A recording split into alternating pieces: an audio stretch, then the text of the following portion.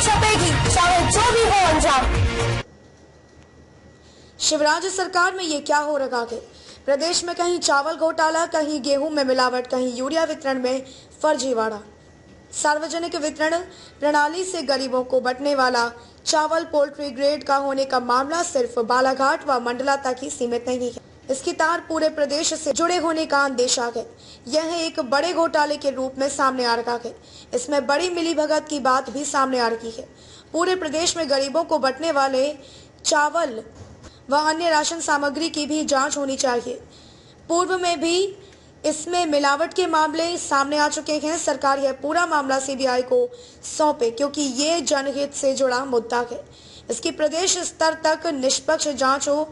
इसके किसी भी दोषी को बख्शा नहीं जाएगा।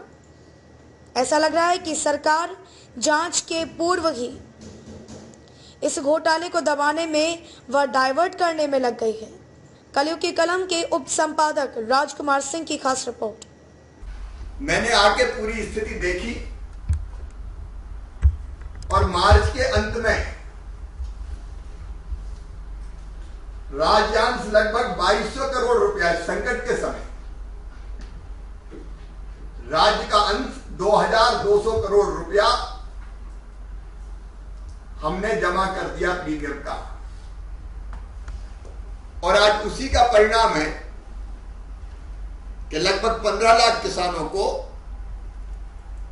खरीफ 18 और रबी 19 के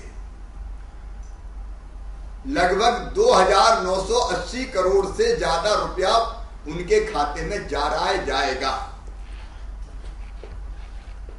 अब इस समय आसान नहीं था, लेकिन किसान को तो पसीने की पूरी कीमत देनी पड़ेगी। खेती आधार है मध्य प्रदेश का, हमारे देश का, और ये कठिन समय में भी ये पैसे निकाले और प्रीमियम के रूप में जमा किए हमने। इसलिए आज फसल बीमा योजना का लाभ मध्य प्रदेश में लगभग 15 लाख किसानों को मिलेगा। 15 लाख किसानों के खाते में ये पैसा जाएंगे। जिन किसानों के खाते में ये पैसा जा रहे हैं उनको मैं बधाई देता हूं और आश्वस्त करते हैं हम सब मिलके कि ये सरकार आपकी सरकार है। किसानों के कल्याण में कोई कसर नहीं छोड़ेगी। एक और फैसला हमने किया है, मंडी एक्ट में संशोधन का। अभी किसान की मजबूरी थी कि मंडी में जाके ही उसको अपना माल बेचना पड़ता था, लेकिन हमने मंडी तो चालू रखने का फैसला किया ही है। कोरोना के कारण हमने इस बार एक व्यवस्था की थी सौदा पत्रक की, जिसमें किसान और व्यापारी में सौदा पड़ जाए तो किसान के घर से व्यापारी खरीद ले। मंडी में जाने की बाध्यता समाप्त की थी। बाद में माननीय प्रधानमंत्री जी का भी मार्गदर्शन मिला, चर्चा हुई और हमने मंडी अधिनियम में ही संशोधन कर दिया। एपीएलएम के 9 प्रावधान लागू करने का सुझाव हमारे पास भारत सरकार से आया था। अब हम जो कर रहे हैं मैं आपको बताना चाहता हूं, अब केवल सरकारी मंडी नहीं होगी, सरकारी मंडी तो होगी। जिनको सरकारी मंडी में जाना वो सरकारी मंडी में जाए, अपना अनाज बेचे, लेकिन मंडी में कई बार बड़ी समस्याएं आती, लंबी लंबी लाइन लगी, 3-3, 4-4 दिन तक किसान खड़ा है। कई बार मंडी के प्रांगण में गए तो अनाज का ठीक दाम नहीं मिलता, कई बार उसके साथ दुर्व्यवहार होता था। काकस अगर बन गया तो बने काकस के कारण उपज का उचित मूल्य नहीं मिलता था। अब हमने तय कर दिया कि प्राइवेट व्यापारी भी अपनी निजी मंडी खोल सकता है, और किसान चाहे तो सरकारी मंडी में जाए, चाहे तो प्राइवेट मंडी में जाए। हमने यह भी तय कर दिया कि कोई भी व्यापारी लाइसेंस लेकर किसी भी किसान के घर जाके या खेत में जाके फसल खरीद सकता है। मान लीजिए आपको लगता है कि आपके उत्पाद को ट्रैक्टर ट्राली में भर के आपको मंडी में जाने की जरूरत नहीं है, आपको दाम ठीक मिलता है।